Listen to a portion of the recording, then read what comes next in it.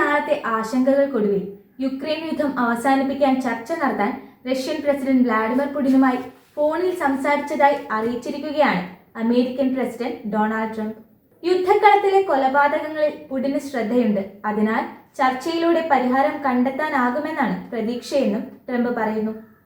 ആളുകൾ മരിക്കുന്നത് നിർത്തുന്നത് കാണാൻ അദ്ദേഹം ആഗ്രഹിക്കുന്നതായും ന്യൂയോർക്ക് പോസ്റ്റിന് നൽകിയ പ്രത്യേക അഭിമുഖത്തിൽ ട്രംപ് പറഞ്ഞു. ഒപ്പം മരണസംഖ്യയുടെ കണക്ക് പുറത്തുവിട്ടതും ആശങ്ക വർദ്ധിപ്പിച്ചിരിക്കുകയാണ്.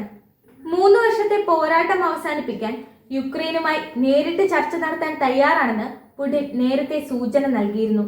എങ്കിലും സെലൻസ്കിയുടെ കാലാവധി കഴിഞ്ഞതിനാൽ അദ്ദേഹത്തെ നിയമവിരുദ്ധനെന്ന് വിശേഷിപ്പിക്കാനും പുടിൻ മറന്നില്ല.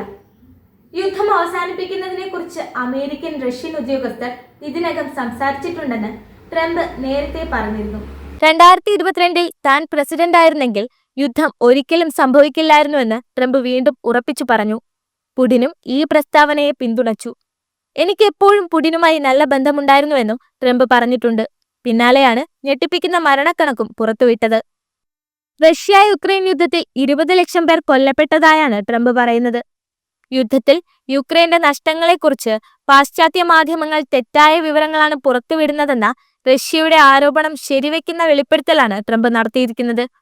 റഷ്യയുടെ നഷ്ടത്തിന്റെ എത്രയോ മടങ്ങ് കൂടുതൽ യുദ്ധത്തിൽ നഷ്ടം സംഭവിച്ചിരിക്കുന്നത് യുക്രൈൻ ആണെന്ന് പറയാതെ പറഞ്ഞിരിക്കുകയാണിപ്പോൾ ട്രംപ്.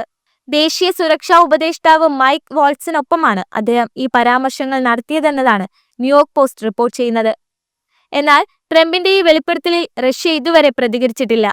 യുക്രൈൻ സംഘർഷം വേഗത്തിൽ അവസാനിപ്പിക്കുമെന്ന് ആവർത്തിച്ച് പ്രതിജ്ഞയെടുത്തിട്ടുള്ള ട്രംപ് ഫെബ്രുവരി 7-ന് എയർഫോഴ്സ് വണ്ണിൽ വെച്ച് നൽകിയ അഭിമുഖത്തിനിടയിലാണ് ഈ പരാമർശങ്ങൾ നടത്തിയിരിക്കുന്നത്.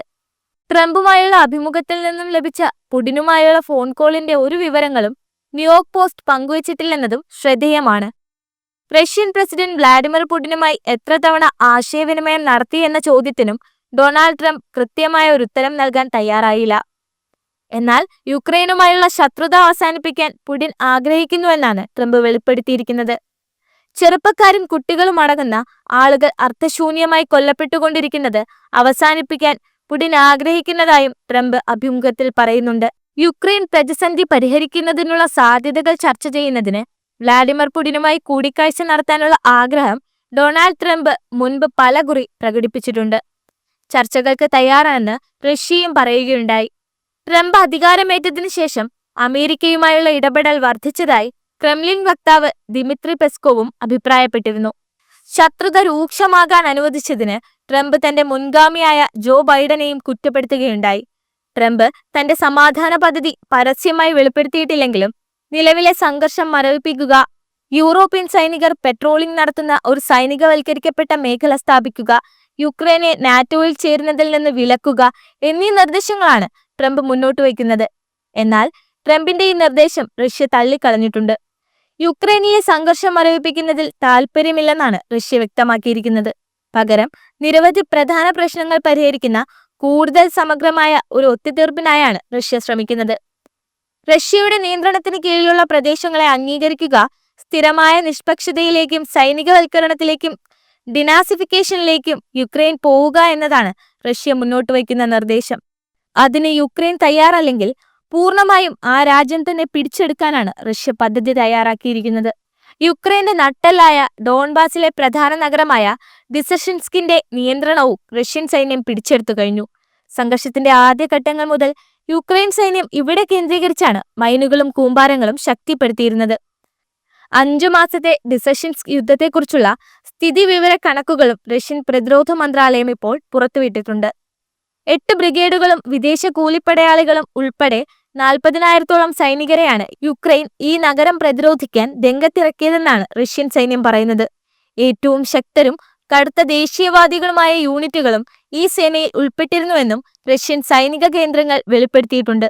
റഷ്യയുടെ കണക്കനുസരിച്ച് പ്രദേശത്ത് നിലയുറപ്പിച്ച യുക്രൈനിയൻ സേനയ്ക്ക് അവരുടെ ഉദ്യോഗസ്ഥരെ ഏകദേശം 70% അല്ലെങ്കിൽ 26,000-ത്തിലധികം സൈനികരെയാണ് നഷ്ടപ്പെട്ടിരിക്കുന്നത്. പ്രതിദിനം ശരാശരി 200 സൈനികർ എന്ന തോതിൽ മരണമടയുന്നു. യുദ്ധത്തിൽ 240-ലധികം യുക്രൈനിയൻ ടാങ്കുകളും കവചിത വാഹനങ്ങളും 340-ലധികം പീരങ്കികളും നശിപ്പിക്കപ്പെട്ടിട്ടുണ്ട്. ഈ പ്രദേശത്ത് മാത്രം ആയിരക്കണക്കിന് യുക്രൈൻ സൈനികരെ റഷ്യൻ സൈന്യം ബന്ദികളാക്കുകയും ചെയ്തിട്ടുണ്ട്. ഡിസഷൻസ്ക് പിടിച്ചെടുത്തത് യുദ്ധമുഖത്തെ റഷ്യൻ സേനയ്ക്ക് കാര്യങ്ങൾ എളുപ്പമാക്കിയിട്ടുണ്ട്.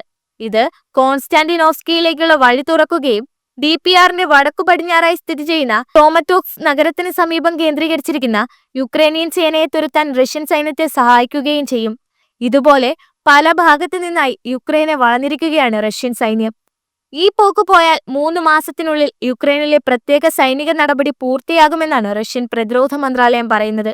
മാരക പ്രഹരശേഷിയുള്ള ആയുധങ്ങൾ പ്രയോഗിക്കാതെ തന്നെ റഷ്യയ്ക്ക് യുക്രൈനെ കീഴടക്കാൻ സാധിക്കുന്നത് റഷ്യൻ സൈന്യത്തെ സംബന്ധിച്ചും മുന്നോട്ടുള്ള പ്രയാണത്തിന് വലിയ ആത്മവിശ്വാസം നൽകുമെന്നാണ് പ്രതിരോധ മന്ത്രാലയത്തിന്റെ ഉന്നതർ ചൂണ്ടിക്കാണിക്കുന്നത്.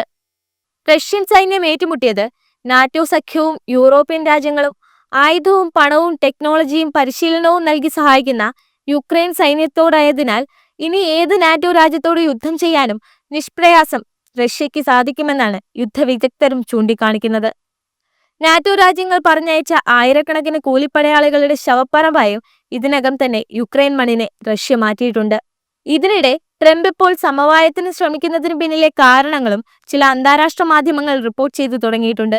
അതിന് പ്രധാന കാരണം സമാധാനത്തിന് വേണ്ടിയുള്ള നോബൽ സമ്മാനമല്ലെന്നും അമേരിക്കൻ ആയുധക്കലവറ ശൂന്യമായി തുടങ്ങിയതാണെന്നുമാണ് റിപ്പോർട്ടുകൾ.